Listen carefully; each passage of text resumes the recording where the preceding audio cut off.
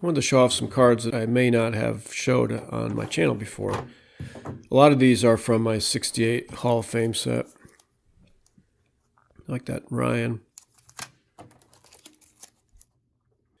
This is a card that I got as a child. I ordered it through the mail, and I put it in a binder page for like 35 years, sent it off to get graded, and came back in 9. So considered selling it when the value went up to about $1,000, but now it's closing in closer to 1,500, 2,000. So I'm holding it for a while, keeping it in my set.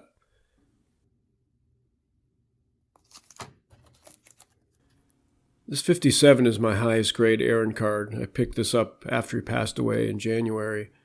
The other cards I have in here are just 5s, and the rest of my Aaron collection's at home.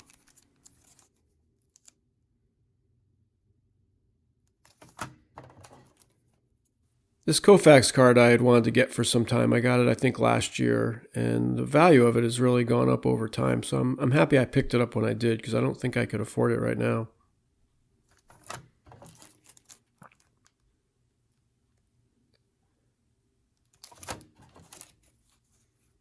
I like getting these higher grade vintage Hall of Fame rookie cards. I just think there's tremendous upside to them. The 8 goes for my Hall of Fame set, but then I picked up this 7 here. And I really like the centering on it is great. It's got good eye appeal, so it just seems like a card that's worth holding for a long time.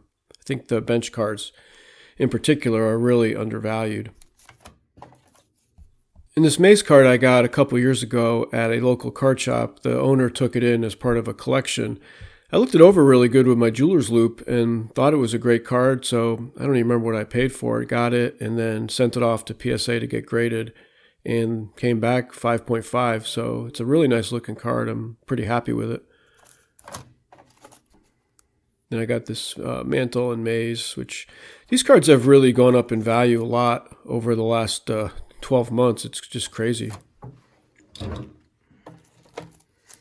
This is a card I just enjoyed. I like it, and it's a 55, so it seemed worth having. The Seaver card is one of the first graded cards I ever got.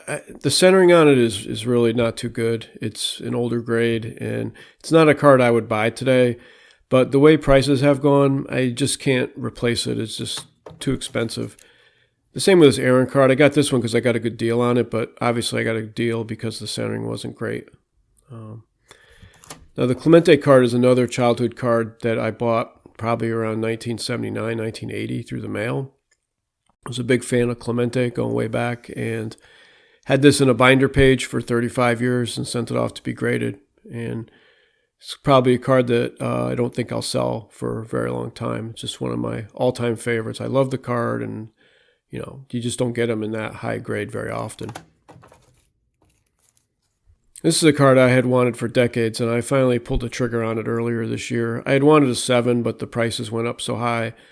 This one's really nice looking, well centered. A lot of these cards have snow on them, so this was a good example. But the prices have dropped recently. I think you could almost pick up a 7 at this point.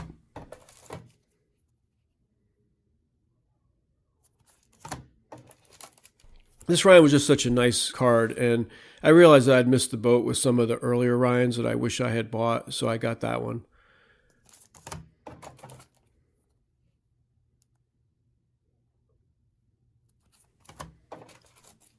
I'm just kind of finishing off the 68 Hall of Fame set here with that Carew. And then the T206, I really enjoy the set. I think it's just a masterpiece of art. And the Bender card was probably, for me, the nicest looking card that I could afford. So I got this a few years ago. I just really enjoy the background with the trees.